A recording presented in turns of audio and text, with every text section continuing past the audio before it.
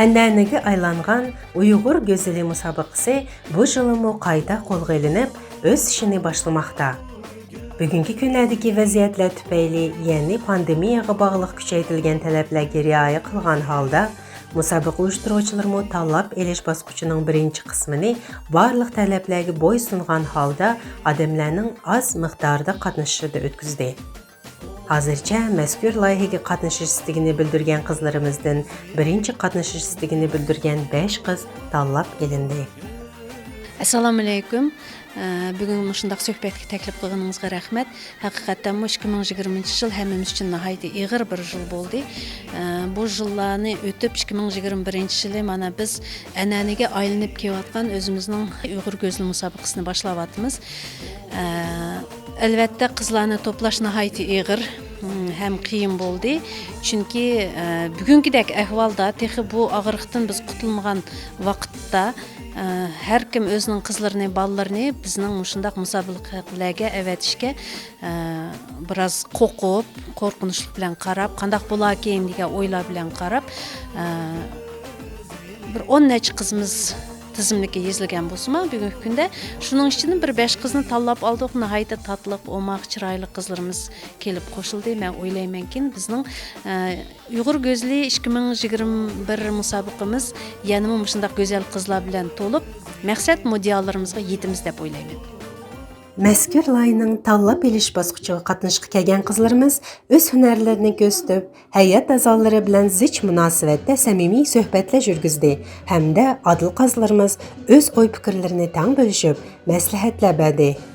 Bugungi bizning qizlarimizni tanlab elish bosqichida o'zining qimmat vaqtini bo'libki o'tagan bizning Qozog'iston diyoriga, Qozog'iston Jumhuriyatimizga ham butkul dunyo yuziga tonilgan dangliq satrashxona deb qo'yamiz, parikmahir egisi ham shundoq o'zining haqiqiy ishlari bilan tonilgan Halimada Nasirova ham vizajist deb qo'yamiz. Bizning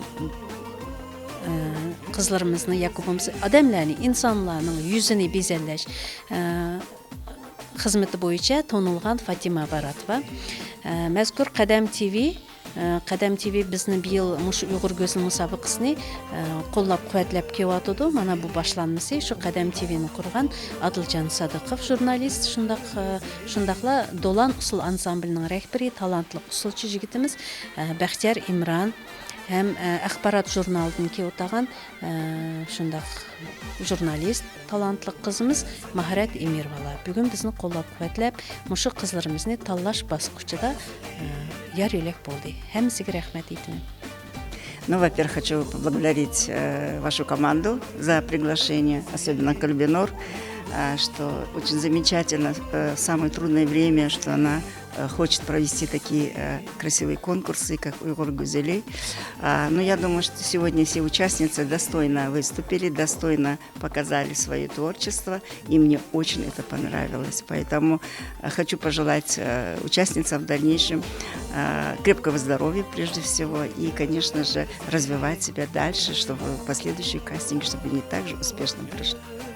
Bo'libmi Uyg'ur go'zali 2017 musobaqasining bosh mukofot egasi Sabina Azimbayeva mushu musobaqadagi g'olibi va tirishchanligi bilan Miss Almuta 2017, Miss Qozog'iston 2017, shundaqla Qozog'iston Jumhuriyatidan Miss Vselennaya 2018 musobaqalariga qatnashishi va Uyg'ur usuli san'ati bo'yicha Uyg'ur usulini bobiga yetkazib sahnaga elib chiqqan Uyg'ur go'zali 2018 atalgan Alinur Asimovala xeyligicha barcha ko'rarmanlar qalbida saqlanib keldi.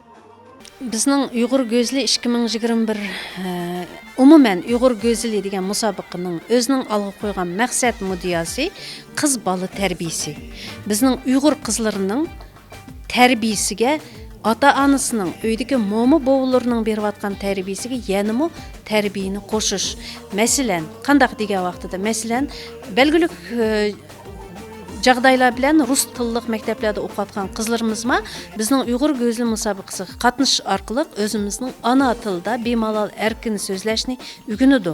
Ham san'atimiz, madaniyatimiz, ham mushu urf-odatlarimizni o'rganib tonishib chiqishning o'zi boshqa musobaqalarga qaraganda mushu bir alohidlik bo'lish kerak deb men o'ylayman. Tanlab elish bosqichiga usul san'ati bo'yicha ep kelgan qizlarimizning usullaridan bak huzurlandik. Bu demak qizlarimiz mazkur go'zallik va talant musobaqasi deb atalgan loyihaning ilgarki yillarda o'tkazilgan musobaqalarga zang qo'yib va qiziqish bilan qarab kelganligidan darak beradi. Bugungi Uyg'ur go'zallik ajoyib yaxshi o'tdi. Qizlarimiz ajoyib yaxshi tayyorlangan.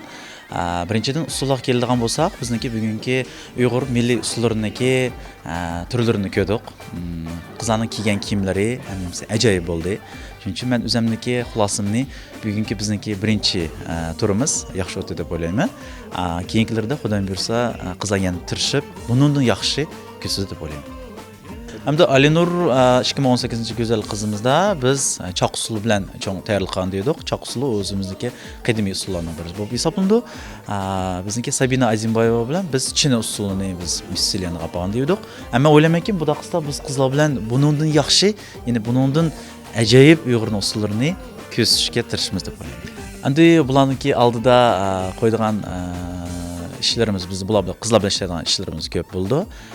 Usulni sahnalaштirish, usulniki sahnaga chiqishi, kirishi degandek, undan keyin ya'ni qizlarniki buni общий usul deb qo'ydik bundan aytganda. Shularni tayyorlashga endi Xudo buyursa oldi planlarimiz ko'p bo'ldi deb o'ylayman. Uyg'ur go'zali faqatla go'zallik musobaqasi bo'lib qolmay, balki qiz bola tarbiyasiga alohida ko'ngil bilgan ajoyib bir loyihaga aylandi. Loyiha talablari bo'yicha musobaqa qatnashuvchi qizlarimiz o'z ona tilimizda bemalol erkin so'zlashni, urf-odat, adabiyot, tarix, san'at, madaniyatimizga oid bilimini texmo kuchaytirib chiqishi so'zsizdir. Onun uchun qizlarimiz bilan kasbiy darajadagi ustozlar bir oydan oshiq vaqt oralig'ida tayyorlik faoliyatlarini yurgizadi. Bugungi Uyg'ur go'zallik 2021-yilga tanlab elish bosqichiga kelgan qizlarimizni tanlash uchun Adil Qazla halqasi deb qo'yamiz. Hayat halqasi shundoq yaxshi ishladi. Shundoq yaxshi faoliyat bo'ldi bugun.